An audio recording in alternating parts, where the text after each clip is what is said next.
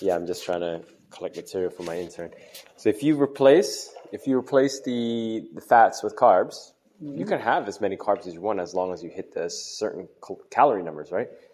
And also because you're lifting, the carbs will probably preferentially be burned for energy, right? Because the carbs, the problem with fats, right? And this is why fats can get people into trouble, is because the fats that you eat through butter, like those are the dietary fats that you get through butter and oil and stuff, the way that they're found in food and in nature is the way that they're stored in the body. So the body really doesn't have to do much to store it, right? It's like having the whole driveway clear and the garage door open for your car to park. Versus carbs, when you find carbs out in nature, that's not the way the body stores carbs. So the body, for example, like the carbs found in strawberries or whatever, even though it's a simple sugar and it's really easy for the body to digest and absorb, your body still has to go through a process in order to break down the sugars found in strawberries to either store it or to burn it, right? Because it's versus the driveway and the garage door being completely open. Let's say the garage door is closed and you have to open it. So there's a little bit of a process for the carbs to get broken down and absorbed. So there's a layer in between. There's a layer in between, which is why carbs have what's called the thermic effect of food. So whenever you eat carbohydrates, your body uses calories in order to break down the carbohydrates, right? Fat just goes to storage. Fats has almost no thermic effect of food. So if you overconsume in fat, that's going to be more likely to get stored as fat tissue than get burned. And then, most importantly, when you eat a mixed meal of proteins, carbohydrates, and fats, the body will preferentially burn off the carbohydrates because the carbohydrates will increase blood sugar, and blood sugar is very toxic. So the body wants to get rid of carbohydrates first.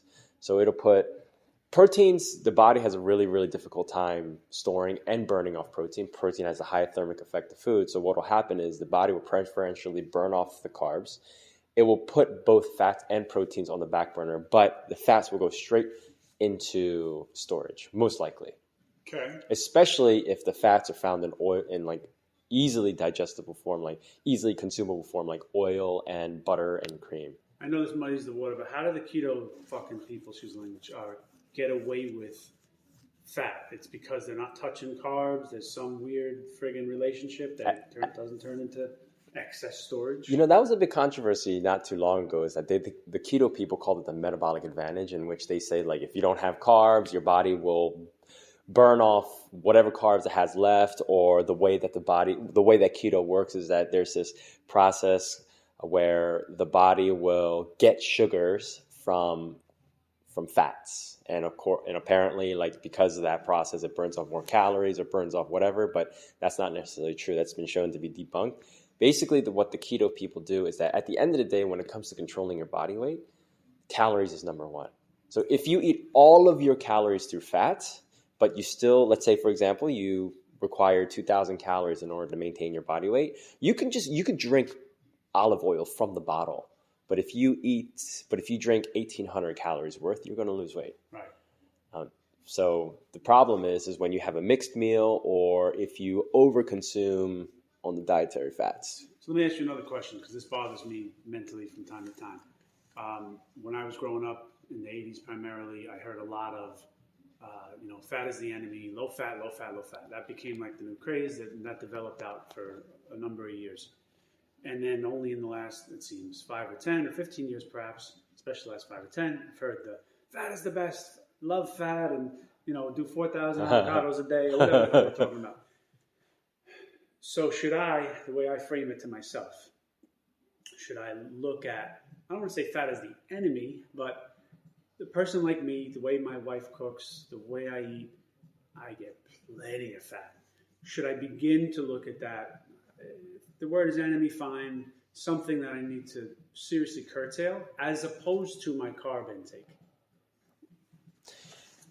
You could go about it a couple of different ways. One, you don't have to curtail the fat intake if you curtail your carb intake.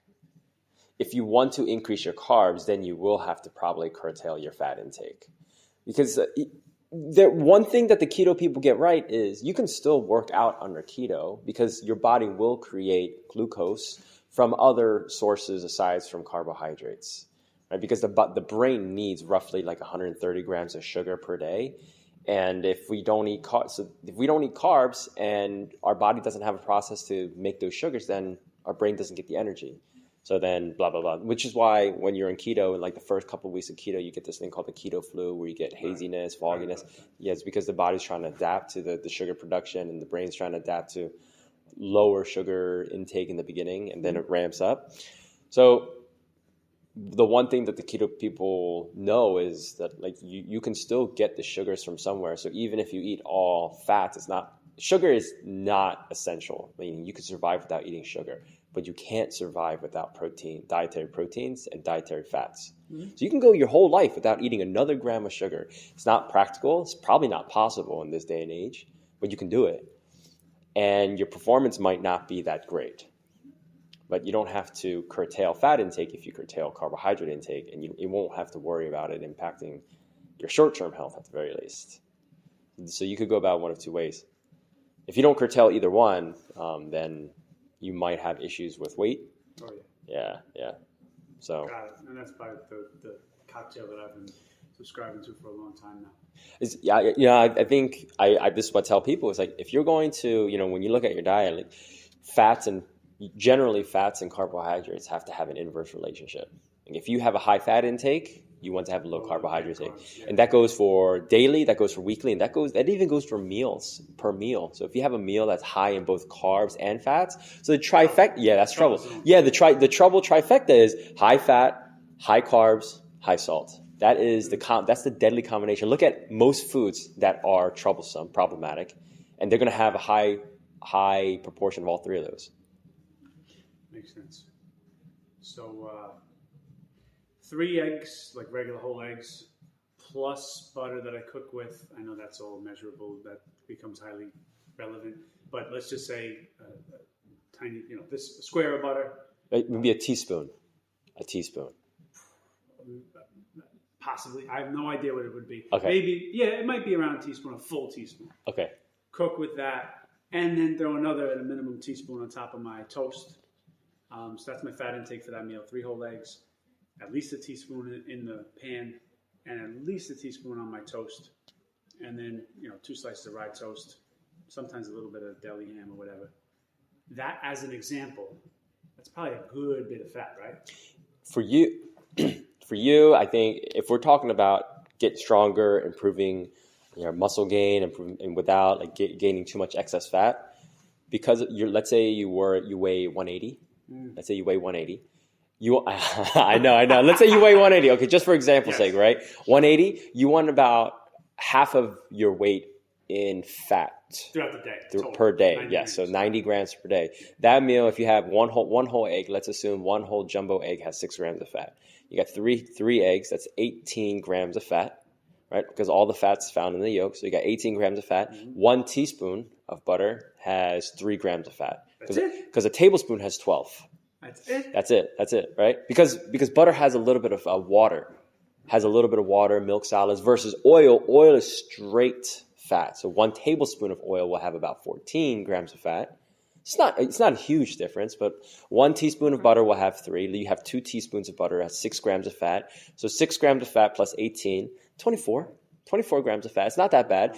If you eat 3 meals per day and we split that up into 90, that means technically you have about 30 grams of fat per meal. Now the problem is if you have that breakfast, which is, let's say for the sake of discussion, 30 grams of fat, but then you have a meal that has pizza, pepperoni, you're looking at probably like over 100 grams of fat in that meal alone.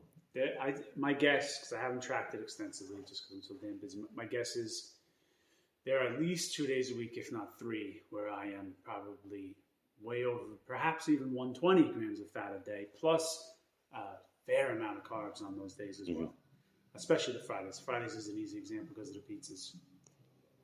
Okay, so this is another thing to be aware of. Yeah. So just as an example to show you, just again, this is an N1, it's anecdotal, but it just repeats itself over and over again. It's only one anecdotal because I don't have the money from the government to do a research study. Just kidding. Maybe I need you know anybody in the government? No, I'm just like. Thank God, no. So I have a client. He's in his 20s. He eats 500 grams of carbs a day, and he doesn't gain weight. God bless him. Yeah, but he controls his fat intake. Okay. And he controls his protein intake. So, for example, in the morning before he works out, he'll have 2 slices of sourdough, 2 slices of sourdough, which is about 60 grams of carbs, right? And then he'll have, like, let's say 2 eggs and then a protein shake. Before workout. Before working out. During the workout, he'll have just like an amino acid drink that you're having with 75 grams of carbs in it. Damn. Yeah. And then afterwards, he'll have 2 more slices of sourdough bread with a protein shake. Then for lunch, he'll have a huge bowl of he'll get a huge bowl from Chipotle. He'll get the beans and he'll get double rice. And then at night, he'll have either pasta or rice or bread. And yeah, he's not gaining any fat. What about just out of curiosity, what about the protein for dinner? Like he'll throw a protein in there with that? Yeah, like maybe fish or chicken or whatever. So balanced out. At least he's hitting the protein. Yeah. He's but not a lot of fat. He's probably hitting about 80-90 grams of fat, which is right around because he's almost 200 pounds. His carbs are no joke. Yeah, but his carbs. Trying to bulk? He's trying to build muscle, and he's gaining weight but not gaining any fat. Good for him. So just that's an example of like how, and I don't really think it's because you could probably chalk that off to like youth or whatever, but I'm working with a 57-year-old right now, and he was scared of putting in carbs because he thought carbs would get him fat. Yeah. So we started slow, and then eventually before we started working together, he was eating 1 slice of bread maybe 2 days a week. Now he's eating 2 slices of bread every single day, and he hasn't gained an ounce. And what has changed? His fat intake went down? No, nothing. Size went up? Nothing. Well, what happened was before he was working with me, he wasn't eating enough. Okay. So what we did was, you're not eating enough. What is something that you really enjoy eating? Bread. All right. How about we increase your bread intake? I mean, it took a little bit of coaxing or whatever. I didn't coerce him, but I was like trying to convince him, be like, hey, look, start with 1 bread a day, just 1 bread. That's literally 70 calories. You're not going to gain fat over 70 calories a day. And if you do, you know exactly where it's coming from. So just dial it back a little bit. So he added 1 bread a day, didn't gain any weight. Then he's like, I'm not gaining weight. And I was like, all right, well, since your goal is to build muscle, let's add another slice of bread. So we added another slice of bread, and he got to the point where he was gaining a pound every 2 weeks, and it was just visibly muscle. Like his belly wasn't getting any bigger, his clothes weren't fitting any differently, but he was gaining weight, which means that as he was training, he was building muscle and he was gaining water weight. Yep. So.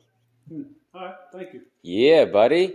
Thank you. Thank you for agreeing to be a of course resource. Yeah, my pleasure, man. Thank you.